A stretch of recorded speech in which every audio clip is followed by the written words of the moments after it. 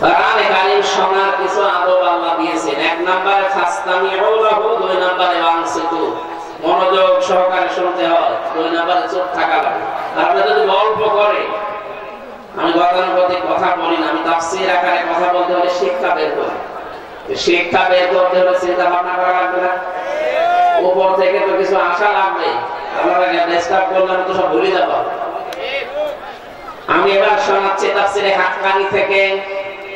এই পৃথিবীতে যত বংশের নাম আমরা শুনি যে সম্মানিত বংশ, তাদের পেছনে খোঁজ খবর নিয়ে দেখবেন এই বংশগুলো দুনিয়াতে সবচাইতে বেশি মাজলুম ছিল।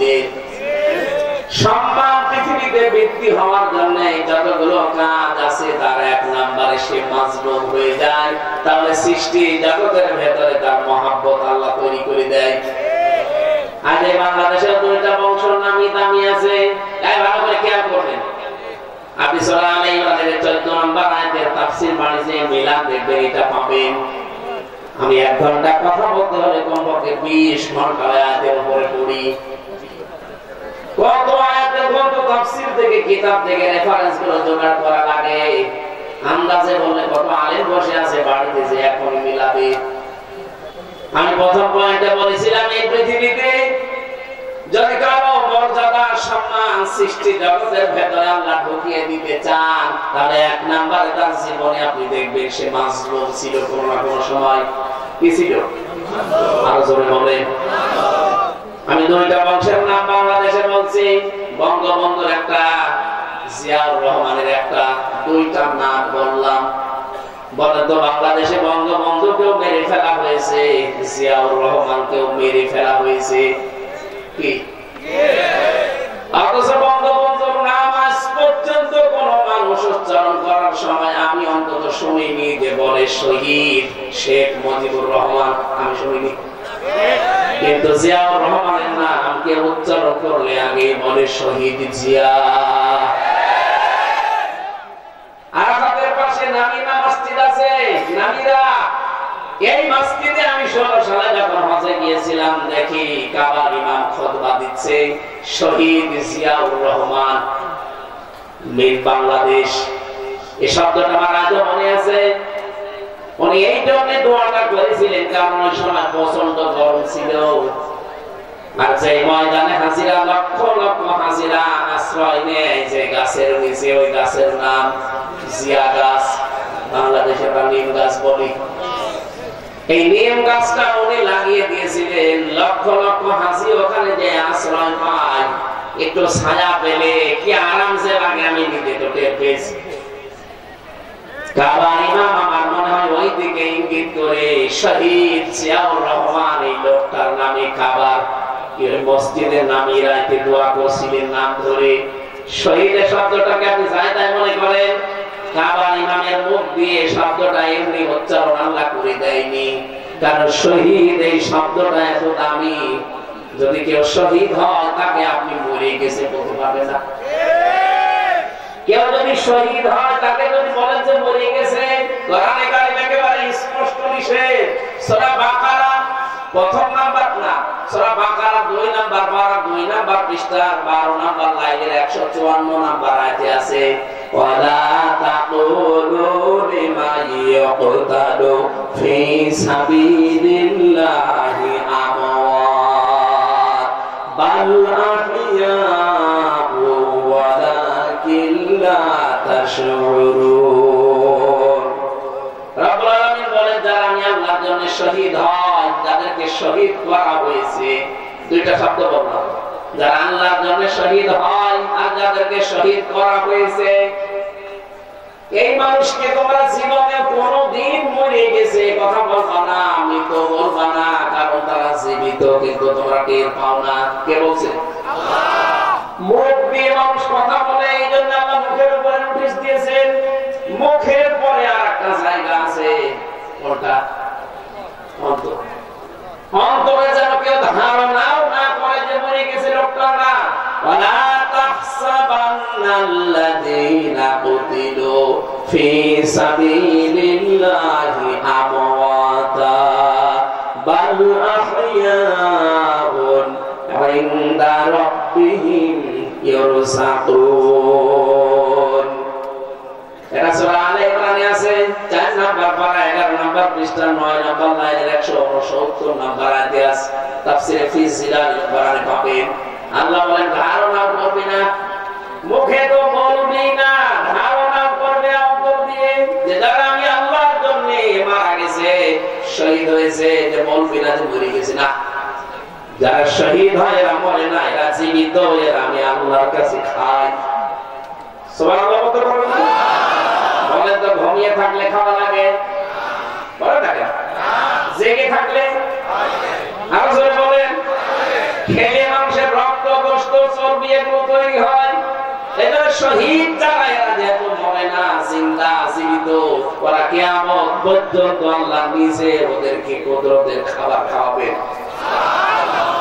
দুইটা পরিবারের নাম বললাম, দুইটা পরিবার বাংলাদেশে। একটাকে মানুষ ফ্যাসিস্ট বলে জানে, আর একটাকে আজ মানুষ বাংলাদেশে মাজলুম পরিবার বলে জানে। এমন মাজলুম ছিল, আপনি তাকান, মারা গেছে লোকটা কতদিন আগে, শহীদ হয়ে গেছে, তাকে শহীদ করা হয়েছে। তার বিধবা স্ত্রীকে এক কাপড়ে পর্যন্ত অনেকে হিংসার বশবর্তী হয়ে বাড়ি থেকে বের করে দিয়েছে। একটা ছেলেকে যন্ত্রণা দিয়ে মেরেই ফেলেছে, আর একটাকে তো প্রবাসে পাঠিয়েছে, নির্বাসনে আছে। এখানে মাজলুম যারা এই পৃথিবীতে, তাদের প্রতি সৃষ্টি জগতের একটা আলাদা ভালোবাসা আল্লাহ তৈরি করে দেয়। এই দুই পরিবার আপনি সামনে, বাকি পরিবারের কথাগুলো বাদ দিয়ে দিলাম, এই দুই পরিবার আপনি সামনে রাখেন, আর বাংলার 18 কোটি জনগণকে সামনে রাখেন। আমার মনে হয় 100 জনের 96 জন অন্তত এই মাজলুম পরিবারটার প্রতি তাদের আসক্তি পেশ করবে, ভালোবাসা, মহব্বত, মায়া, এটা আগ্রহ পেশ করবে।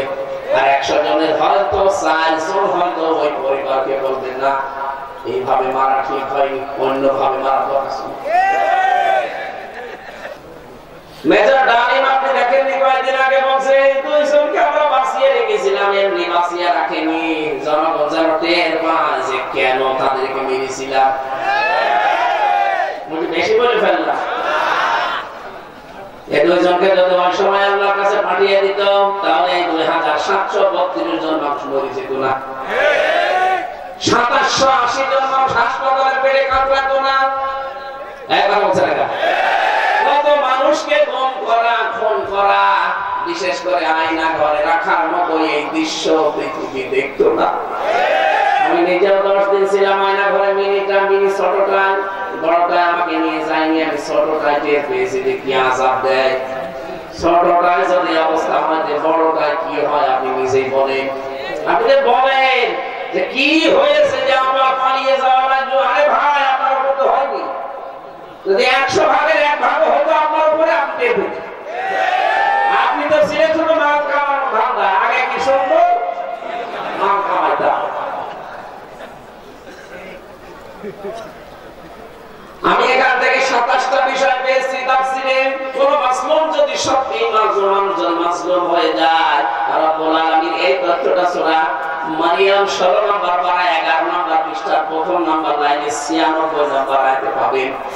ইন্নাল্লাযীনা আমানু ওয়া আমিলুস সালিহাতি সায়াজআলু লাহুমুর রাহমানু উদ্দা।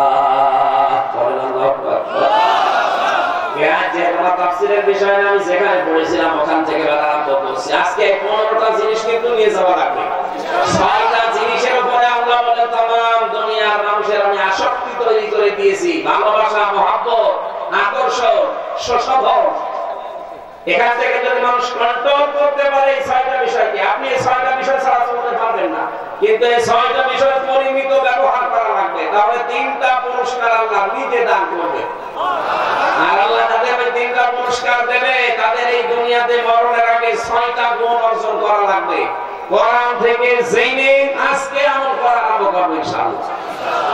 1 নম্বরে মানুষের আকর্ষণ, ভালোবাসা, সসবল, আসক্তি। আল্লাহ বলেন প্রথমে আমি তৈরি করে দিলাম স্ত্রীর উপরে।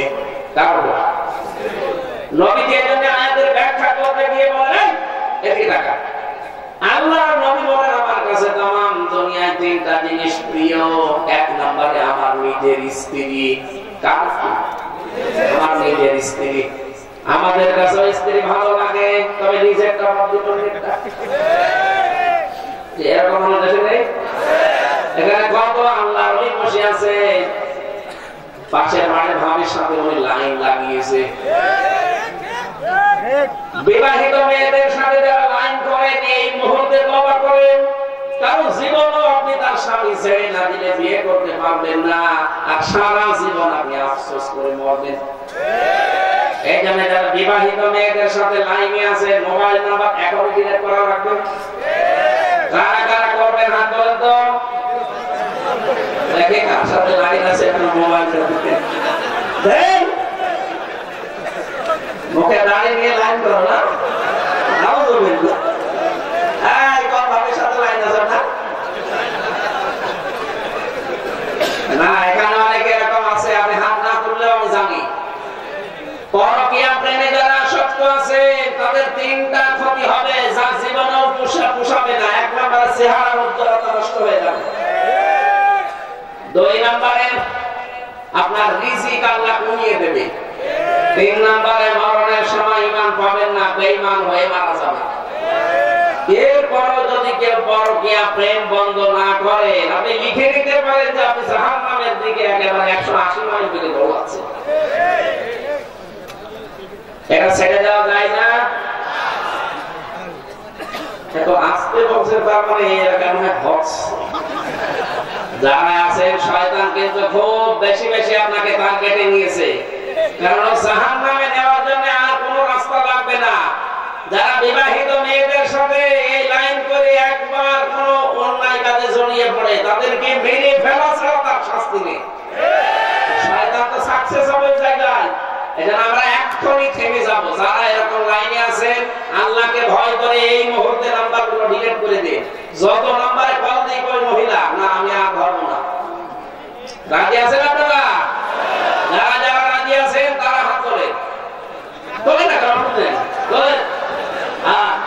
আলহামদুলিল্লাহ, এলাকায় যাক আলহামদুলিল্লাহ চলছে এই ক্লাস।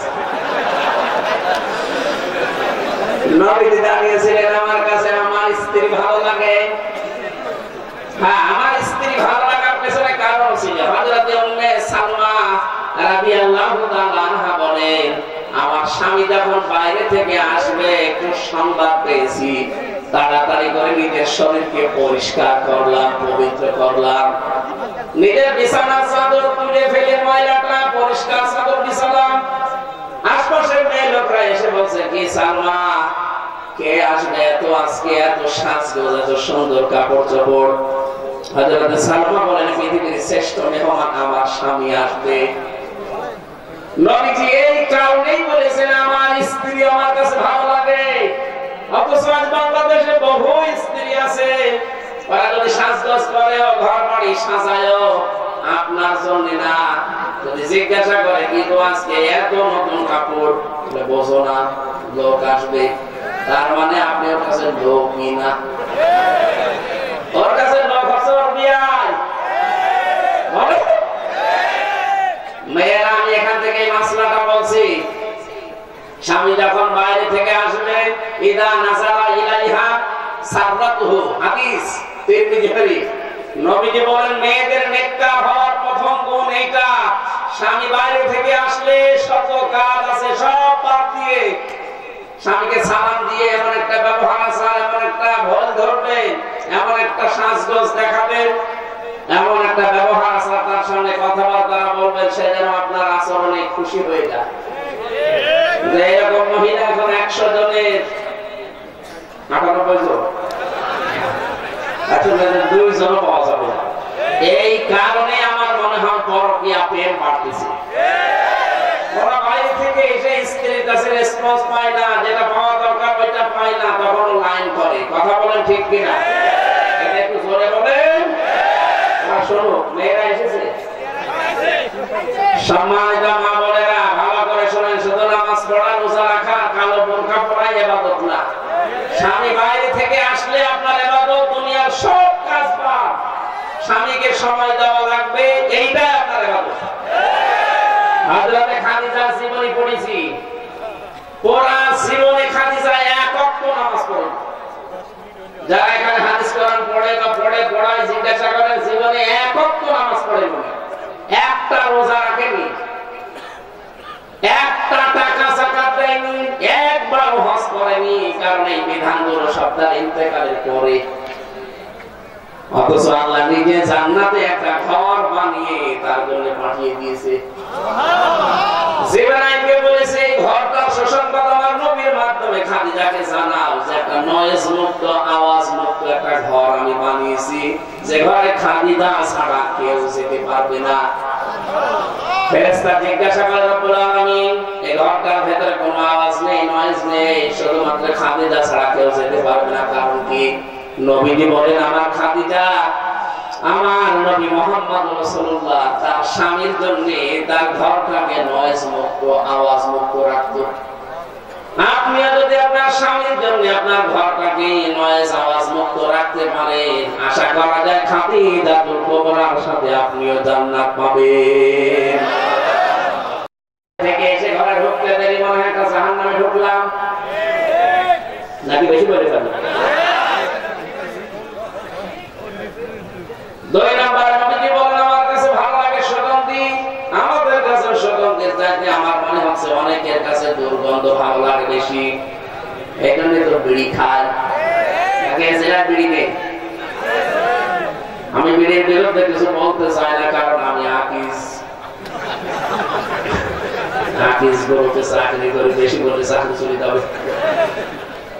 তারপরও আমি সাথে বারবার বলেছি এটা ছেড়ে দেন, উনি বলছে আমি চেষ্টা চালাচ্ছি। ওর অনেক ছেড়ে দিয়েছে, এখন আর ওনাদের তরফ থেকে বিড়িটা বানানো হচ্ছে না।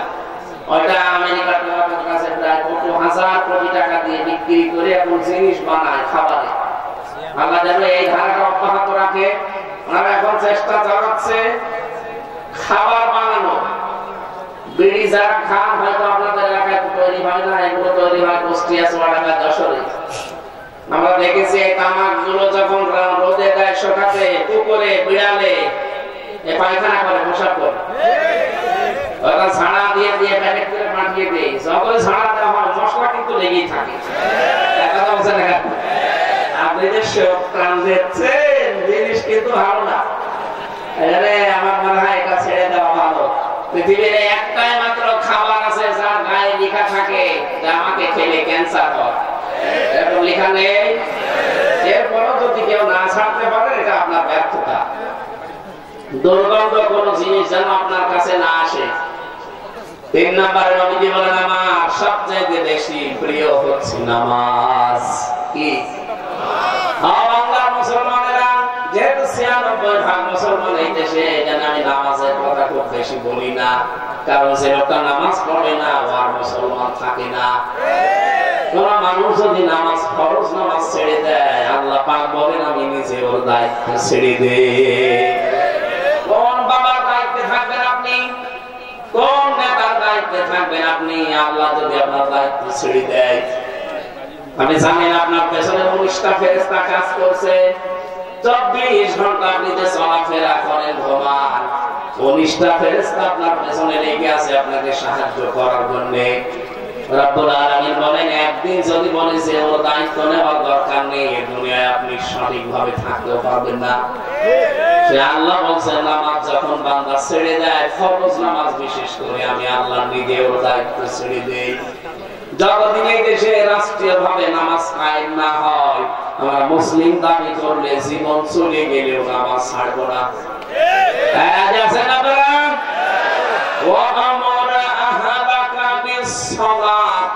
واصطبر عليها لا نسألك رزقا نحن نرزقك والعاقبة للتقوى।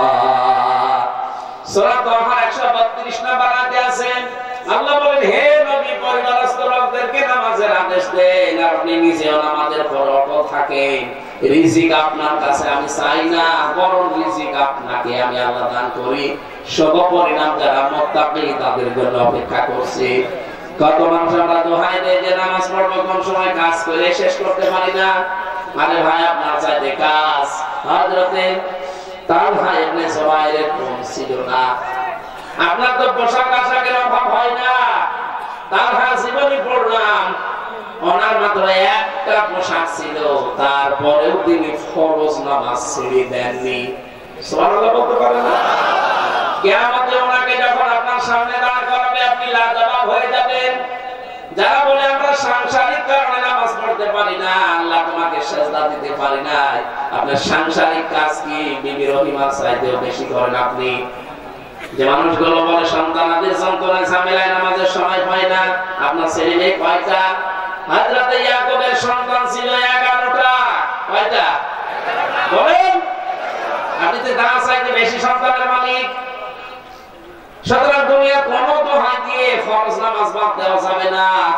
আজকে থেকে সিদ্ধান্ত নিয়ে বাড়ি যাবেন, যতদিন অন্তত এদেশে রাষ্ট্রীয় ভাবে নামাজ কায়েম হলে তখন আর ওয়াজ করা লাগবে না, আপনি বাধ্য হবে নামাজ পড়তে।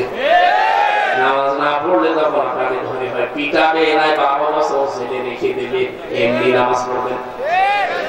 এখানে যতদিন কায়েম না হয়, নিজে এবং পরিবারস্থ লোক আমার আন্ডারে যারা চলে, এই মানুষগুলোকে আমরা চেষ্টা চালাবো অন্তত ফরজ সেজদা যেন কেউ ছেড়ে না দেন। আল্লাহ আমি সহ যারা আসলাম আমাদেরকে এই হুকুমটা মেনে চলার তৌফিক দাও। 2 নাম্বার পয়েন্টে আল্লাহ জানিয়েছেন আল বানিন, সন্তানাদি এটাও মানুষের আসক্তির কারণ। এটা প্রেমে পড়ে মানুষ যেন আল্লাহর আইন, আল্লাহর বিধান ভুলে না যায়। বহু মানুষ আজ আমরা সন্তানাদিকে সুখে রাখতে গিয়ে তাদের সুখের জন্য, খুশির জন্য দুনিয়া কামাই করতে গিয়ে ডান হাত বাম হাত দেখে না, বাবা শাহজালাল সব হালাল করে ফেলে। এখানে একটা শিক্ষা আমাদের জন্য আল্লাহ দিয়েছেন। এদিকে তাকান, আপনি যে সন্তানের সুখের জন্য, খুশির জন্য বিশাল সম্পদের পাহাড় করলেন, ডান হাত বাম হাত দেখলেন না, আপনি কি মনে করেন আপনি মারা গেলে যে পাপের বোঝা হয়েছে ওটা আপনার সন্তান বহন করবে? এমনকি যে বিশাল সম্পদের পাহাড় তৈরি করে গেলেন গাজীপুরে, আপনি মাত্র 100 বছর পরে এসে দেখেন এই সম্পদে আপনাকে হাত দিতেও দেবে না। আমি নিজে বলছি, আমি আমির হামজা, আমার বাবার নাম রিয়াজউদ্দিন, তার বাবার নাম জাহান আলী, তার বাবার নাম নওয়াজ আলী, এরপরে আমি আর চিনি না। আমি আর চিনি না, কারণ আমার মনে নেই আর আমি জানিও না। মাত্র 61 বছর আগে নওয়াজ আলী লোকটা মরে গেছে। তার বাবা খুব বেশি হলেও না, আর 50 বছর আগে মরেছে। সব মিলে 110 বছর। বলেন তো 110 বছর আগে যে লোকটা মারা গেছে, এই নওয়াজ আলীর বাবা যদি এখন কুষ্টিয়ায় এসে বলে এই কুষ্টিয়ার এই 2 তলা বাড়ি আমার, এই ভিটা আমার, ওর দাঁত মুখ খুলে ফেলবো আমি। তো ভান্ডামি করার জায়গা পান কিসের? নওয়াজ আলীর বাবা নওয়াজ আলী কেমছি এই কথা বলছেন। এই আছে দুনিয়া। আল্লাহ বলেন এইটা দুনিয়া, তুই 50 বছর 100 বছর পরে গাজীপুরে এসে দেখ তোরা ঢুকতে দেয় কিনা। আমি কি বানিয়ে বলবো এটা? 100 বছর পরে এখানে যারা আমরা আছি কেউ থাকবো না, নতুন মানুষ এই জায়গায় জমা হবে সব। ওই সময় যারা আসবো আমরা 100 বছর পরে ফিরে আসবে, তারা আমাকে চিনবে না। আপনি যদি বলেন না এই ভিটা আমি বানিয়েছিলাম, এই ব্যবসা বাণিজ্য আমার, আমি ডান হাত বাম হাত দেখিনি, বহু কষ্ট করে কামাই করেছি, আমি আজকে রাতে এখানে থাকবো, আল্লাহর কসম ওই সময় যারা এই গাজীপুরে বাস করবে আপনার ওই বাড়িতে, আপনাকে এই বাড়িতে ঢুকতে দেবে না। বলে না, আপনার যদি থাকার জায়গা না থাকে, মসজিদে রাত থাকেন, সকালে কেটে পড়েন, জেলায় থাকবেন না, কারণ জেলায় থাকলে আপনারা ঝামেলা করবেন। এক কথা বলছেন রব্বুল আলামিন এইটা বারবার কোরআনে আমাদেরকে স্মরণ করাচ্ছেন। এটা সূরা মুনাফিকে পাবেন, ইয়া আইয়ুহাল্লাযীনা আমানু হাল আদুল্লুকুম লা তুলহিকুম আমওয়ালুকুম ওয়ালা আওলাদুকুম আন যিকিরিল্লাহ। ওহে যারা ঈমানের দাবি করে তাদেরকে খুব ভালোবেসে বলছি, তোমাদের সন্তানাদি, তোমাদের সম্পদাদি এগুলো যেন আল্লাহর আইন থেকে, আল্লাহর জিকির থেকে তোমাদেরকে গাফিল করে না ফেলে। আমাইয়া ফাআল যালিকা ফাউলাইকা হুমুল খাসিরুন। এরূপ যারাই করবে তারা ক্ষতিগ্রস্ত হবে। কে বলছে? আল্লাহ।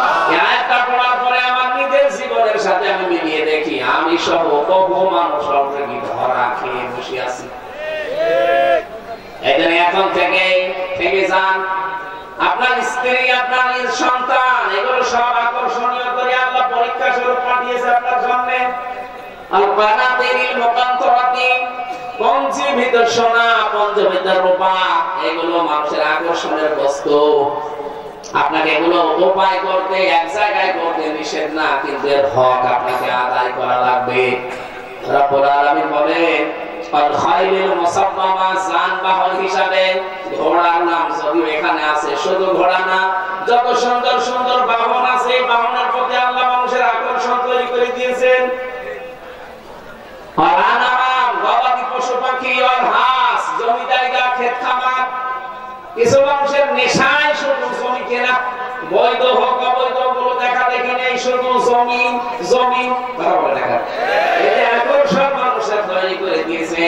আর ভাই জমি কেনা নিষেধ না, তো কিনতে কিনতে এমন কিনা ঠিক না যে আপনার একাই 1060 বিঘা হয়ে যাবে।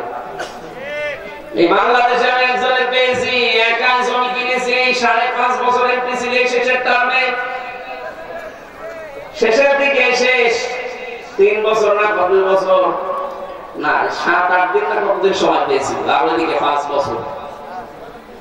বরগুনার ওই লাইনে পটুয়াখালী বরগুনা 1060 বিঘা জমির মালিক একটা লোক, অথচ নির্বাচনের সময় যে জমা দিয়েছে ওই সময় তার মাত্র 7 বিঘা জমি ছিল। সব তো ফেরেশতারা 5 বছরে তারা দিয়ে গেছে। কি করবেন এই জমি নিয়ে আপনি? এত জমি কি হবে আপনার? দুনিয়া চলতে যতটুকু লাগে ওর বেশি মারবেন না, দুনিয়া চলতে যতটুকু লাগে ওর কমে গেলে আপনার আবার ঈমান টিকিয়ে রাখা কঠিন হবে। এই যে জামাটা, এর হাতা ঠিক আছে না? কথা বলে দেন, এটা যদি আমি এই পর্যন্ত দেই মানুষ বলবে তার কাটা, আর এটা যদি এইভাবে এই পর্যন্ত রাখি মানুষ বলবে তাও তার কাটা। এখানে জামাটা ঠিক আছে, দুনিয়াও ঠিক এইভাবে চলা লাগবে, যতটুকু না হলে না ততটুকু, বেশি করা যাবে না, কম করলে আপনি ঈমান রাখতে পারবেন না। তখন আবার এই আকাশের চাঁদ দেখে মনে হবে এটা মনে রূপী। রব্বুল আলামিন বলেন এই যে 6টা জিনিসের নাম তোমাদের সামনে বললাম, এগুলো কিন্তু সব ভোগের বস্তু। যালিকা মাতাউল হায়াতিদ দুনিয়া, এগুলো কিসের বস্তু? এগুলো সব ভোগের বস্তু। আল্লাহু ইনদাহু হুসনুল মাআব, আমি আল্লাহর কাছে এর চাইতে উত্তম জিনিস আছে। কি জিনিস আছে আমি তোমাদেরকে শোনাবো এবার। কুরআন নাবিয়ুকুম বিখাইরিন মিন যালিকুম লিল্লাযিনা তাকাউ ইনদা রাব্বিহিম। গাজীপুরবাসী আল্লাহ আয়াতে জানাতে চেয়েছেন তোমরা যদি এই 6টা জিনিসকে পরিমিত ব্যবহার করতে পারো দুনিয়ায়, আমি তোমাদেরকে এর চাইতে উত্তম জিনিসের সংবাদ শোনালাম। সেটা 1 নম্বরে লিল্লাযিনা তাকাউ, দুনিয়া যারা তাকওয়া অর্জন করে পরহেজগারি অর্জন করে চলতে পারবে তাদের জন্য আমি একটা বাগান বানালাম। তাজরি মিন তাহতিহাল আনহার, যার তলদেশ দিয়ে নদী আর নহর প্রবাহমান থাকবে। বলেন সুবহানাল্লাহ। আল্লাহ এইটার জন্য আমরা এখন চেষ্টা চালাতে চাই। 2 নম্বর ওয়াজওয়াজুম মুতাহহারা, পবিত্র স্ত্রী আল্লাহ তোমাদের জন্য রেডি করেছেন। ফারিদওয়ানুম মিনাল্লাহ, 3 নম্বরে আমার আল্লাহ নিজে তোমাদের উপরে রাজি হয়ে যাবেন। এটা 3টা পুরস্কারের কথা বললাম। একটা বাগান, পবিত্র স্ত্রী আর আল্লাহর সন্তুষ্টি। এটা কি বিশ্বাস হয় না নেই? বিশ্বাস হয় না? এই দুনিয়ার মতো সর্বনিম্ন যাকে আল্লাহ জান্নাত দান করবেন, এই দুনিয়ার মতো 10 দুনিয়ার সমান। সুতরাং তামাম দুনিয়ায় যে 6টা জিনিসের নাম আল্লাহ বললেন, সত্যি যদি আমরা ব্যবহার পরিমিত এবং সংশোধন হয়ে করতে পারি, এই 3টা পুরস্কার আল্লাহ পাক তাদের জন্য রেডি করে রেখেছেন। আল্লাযীনা ইয়াকুলুনা রাব্বানা ইন্নানা আমান্না ফাগফির লানা যুনুবানা ওয়া কিনা আযাবান নার। এখন এই 3টা পুরস্কার পাওয়ার জন্য মরণের আগে ধরে 6টা গুণ অর্জন করা লাগবে। 1 নম্বরে সব সময় বলবে রব্বুল আলামিন তুমি আমাকে ক্ষমা করে দাও। এটা আমাদের জীবনে আছে নেই? নবীজি নিষ্পাপ ছিলেন, আগে পেছনের সব কিছু তার মাফ ছিল, তারপরও প্রতিদিন তিনি 100 বার করে ক্ষমা চাইতেন আল্লাহর কাছে। আপনি 24 ঘন্টায় কয়বার চেয়েছেন? এজন্য আমি সহ যারা এখানে আছি, দুশ্চিন্তা, এই যে শব্দটা বললাম, কি চিন্তা? এটা কম বেশি আমাদের আছে না নেই? এটা থেকে মুক্ত হওয়ার জন্য একটা আমল 24 ঘন্টা যখন সময় পাবেন মনে আসলে পড়বেন আস্তাগফিরুল্লাহ, আস্তাগফিরুল্লাহ। আমার আল্লাহ বলেন এইটার জন্য আমি তো দুশ্চিন্তা দূর করব। হযরত নূহ আলাইহিস সালামকে জামানার লোকেরা জিজ্ঞাসা করেছিল, আল্লাহর নবী নূহ, আমরা দুনিয়ার সম্পদ চাই। কেউ বলেছে আমি সন্তান চাই, কেউ বলেছে আমি বাগান চাই, কেউ বলেছে আমি বৃষ্টি চাই। হযরত নূহ এই 4 প্রকার মানুষকে বললেন, তোমরা পড়ো আস্তাগফিরুল্লাহ। তার খাদেম যিনি ছিলেন জিজ্ঞাসা করেছেন, আল্লাহর নবী 4 প্রকার লোক আসলো আপনার কাছে, 4টা জিনিস চাইলো, আপনি সবাইকে বললেন যে আস্তাগফিরুল্লাহ। এত সব লোকের এক ঔষধ হয়ে গেল। আল্লাহ রাব্বুল আলামিন হযরত নূহ আলাইহিস সালামকে তিনি ওই সময় জানিয়েছিলেন, নূহ তোমার উম্মতদেরকে জানিয়ে দাও, ফাকুল তুস্তাগফিরু রাব্বাকুম ইন্নাহু কানা গাফফারা ইরসিলিস সামাআ আলাইকুম মিদরারা ওয়া ইউমদিদকুম বিআমওয়ালিন ওয়া বানিন ويجعل لكم جنات ويجعل لكم أنهارا। এখানে 4 প্রকার জিনিসের নাম আছে। আস্তাগফিরুল্লাহ পড়ার উপকার, এখানে এই আমলটা নারী হোক পুরুষ হোক, পাক থাকেন নাপাক থাকেন, অন্য কোন শব্দ যদি জিকির করা নাও চাই, এই শব্দটা জানি রাখবেন মুখে, আস্তাগফিরুল্লাহ, আস্তাগফিরুল্লাহ। অফিসে বসে আছেন, মনে মনে পড়েন, জোরে জোরে পড়েন, যেভাবে পড়বেন আস্তাগফিরুল্লাহ। আল্লাহ সবচেয়ে বেশি এই শব্দটাই খুশি হন, বলেন সুবহানাল্লাহ। 2 নম্বরে বলা লাগবে ওয়াকিনা আযাবান নার, আল্লাহ তুমি আমাদেরকে জাহান্নামের আগুনে দিও না। দুনিয়ায় থাকতে আগে তুই নিজেকে পবিত্র এবং মুক্ত করে দাও, যেন জাহান্নামে যাওয়া না লাগে। 3 নম্বরে সাবিরিনা, ধৈর্যশীল হওয়া লাগবে। 4 নম্বরে সাদিকিনা, সত্যবাদী হওয়া লাগবে। 5 নম্বরে ওয়াকিনা, আনুগত্যশীল হওয়া লাগবে আল্লাহ রাসূলের প্রতি। ওয়াল মুনফিকিনা ওয়াল মুস্তাগফিরিনা বিল আসহার, সাধ্যমতো খরচ করা লাগবে যতদিন আপনার এই চোখ নড়ে, ভ্রমণে বেঁচে আছেন। এবং শেষ রাতে ধর্ণা দেওয়া লাগবে আল্লাহর কাছে। আমি সহ যারা আসলাম এই 6টা গুণ এখন থেকে অর্জন করার জন্য আমরা লেগে পড়ি, যতদিন মরণ না আসে। এই 6টা জিনিস সামনে থাকবে আসক্তি হিসাবে তামাম দুনিয়ার ভেতরে।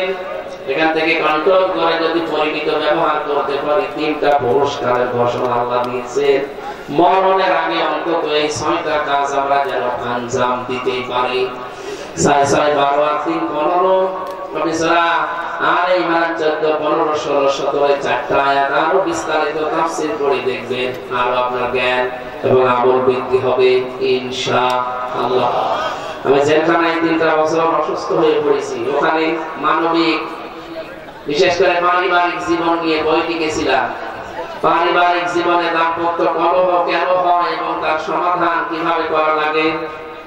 এখানে আমাদের গাড়িটা ছিল, গাড়িতে পাওয়া যাবে। যদি গাড়ি কোনো চলে যায়, ওই যে ওখানে আছে। আপনার স্ত্রীর জন্য, মেয়ের জন্য নিয়ে পড়াবেন, পড়াটা আশা করছি অনেক উপকার পাবেন। আল্লাহুম্মা আমিন। লা ইলাহা ইল্লা আনতা সুবহানাকা ইন্নী কুনতু মিনাজ জালিমিন। اللهم اغفر لي وارحمني واهدني واعفني وارزقني يا رب العالمين। মাথা নিচু করে, চোখ বন্ধ করে, মাথা নিচু করে, চোখ বন্ধ করেন। রব্বুল আলামিন, সারাটা জীবন অপরাধ করেছি, সারাটা জীবন অপরাধ করে করে জীবনটা নষ্ট করে ফেলেছি। হাত ওঠায় কথা বলবো ভয় করে, লজ্জা করে। পেছনে তাকালে মনে হয় জাহান্নামের আগুন দাও দাও করে জ্বলছে। এমন কোন অপরাধ নেই যা আমাদের জীবনে নেই। বিশেষ করে আমার এই জীবনে এমন কোন গুনাহ নেই যা বাকি আছে আমাদের জীবনে। আল্লাহ গুনার দিকে তাকালে হয়তো তোমার মাফ করতে ইচ্ছে করবে না, তোমার রহমতের দিকে তাকাও, ও জিন্দেগীর গুনাহগুলো এখনই মাফ করে দাও। তোমার হাতে দাঁড়িয়েছে তোর মানুষের অপরাধ যদি আল্লাহ মাফ করে দেয়, ওই জায়গাটা ফাঁকা রাখে না, আল্লাহ পুরাটা অনেকে দিয়ে পরিবর্তন করে দেয়। তোমার কোরআন শুনতে এসেছিলাম, আল্লাহ তাআলা ৬টা জিনিসের প্রতি তুমি আসক্তি তৈরি করে দিয়েছো, নিচে চালিয়ে দিবে। এগুলোর ব্যবহার যদি সঠিকভাবে করা যায়, পরিমিত, তাহলে ৩টা পুরস্কারের ঘোষণা দিয়েছো। জীবদ্দশায় এই জীবনে ৬টা গুণ তুমি অর্জন করার জন্য আমাদেরকে তাকিদ দিয়েছো। মেহেরবানি করে ১৫টা জিনিস তুমি আমাদেরকে এই দুনিয়ায় আমল করার তৌফিক দাও। এ মাহফিলের আয়োজন করতে গিয়ে তোমার যে বান্দা বান্দীরা শ্রম দিয়েছে, তোমার বান্দাদের শ্রম কবুল করো। কালিয়াকৈর কেন্দ্রীয় বাজার দামে মসজিদ কমিটি যত মানুষ এই এলাকায় ব্যবসা বাণিজ্য করে, আল্লাহ এই বাজারের ব্যবসায়ীদের প্রতি তোমার রহমত নাযিল করো। আসমান জমিনের বালা মুসিবত থেকে আমাদেরকে তুমি বাঁচাও রব্বুল আলামিন। মাহফিলের সম্মানিত সভাপতি একজন হাসি মানুষ, হাসি আব্দুর রহমানকে কবুল করো। আমাদের প্রধান অতিথি আল্লাহ তাআলা এলাকার কৃতি সন্তান, তোমার বান্দাকে তুমি একটা বিশাল দায়িত্ব দিয়েছো এলাকার সামনে। যদি তোমার বান্দার দ্বারা মানবতার সেবা হবে, তোমার দ্বীনের কাজ হবে, তোমার ইলমে জানা থাকে, মেহেরবানি করে তাকে সঠিক দায়িত্ব দিয়ে দিও। শ্রদ্ধাভাজন বড় ভাই একজন মাজলুম মানুষ জনাব হুমায়ুন কবির খান, আল্লাহ তাআলা তোমার এই গোলামকে তোমার হাতে দিয়ে গেলাম, কবুল করে নাও। বিশেষ অতিথি কত মানুষের নাম তারা দিয়েছে, অবশ্যই তাদের সম্মান আছে। যত মানুষ আজকের এই মাহফিলে অতিথি হিসাবে এসেছে, আল্লাহ এদের নামগুলো জান্নাতের খাতায় তুলে নাও। বড় ভাই আব্দুল কাদের, আল্লাহ তোমার নামের সাথে নামের মিল আছে, আব্দুল জলিল, এই দুইজনকে মঞ্জুর করো। মাহফিলের বরণের সদস্য যারা, স্বেচ্ছাসেবকের দায়িত্বে যারা আছে, প্রত্যেককে কবুল করে নাও। সম্মানিত মা বোনদেরকে খাদিজার মতো আয়েশার মতো বানিয়ে দাও। এলাকায় মাটির নিচে যত মানুষ ঘুমিয়ে আছে, কোরআনের ইজ্জতে মাফ করে দাও। আমার জহির ভাইয়ের মাধ্যমে আজকে এসেছি সেই কুষ্টিয়া থেকে পর্যন্ত, তোমার গোলামকে কবুল করো। 3টা বছর জালেমের জেলখানায় আমি নিজে অসুস্থ হয়ে পড়ে আছি, তোমার বান্দাদের জোরাজুরিতে জোর করে হলো আসা লাগে, বাড়ি থেকে আসতে দিতে চায় না, এর বড় আমি দাওয়াতগুলো আগে নিয়েছি, এজন্য আশা লাগছে। বাংলার বিভিন্ন প্রান্তে যেগুলো নেওয়া আছে, এই শরীরটা তুমি আমার ভিক্ষা দাও, সহি সালামতে সুস্থ অবস্থায় কোরআনের কথাগুলো বলার তৌফিক আমার ভিক্ষা দাও। আল্লাহ তাআলা তোমার বান্দা মুরাদ এই মাহফিলটা নিয়েছিল, তোমার ডাকে সাড়া দিয়ে কবরে আছে, এই কবরটা তুমি কোরআনের ইজ্জতে নূরে মুনাব্বার করে দাও। মরণ আসলেই যেন পড়তে পারি লা ইলাহা ইল্লাল্লাহু মুহাম্মাদুর রাসূলুল্লাহ।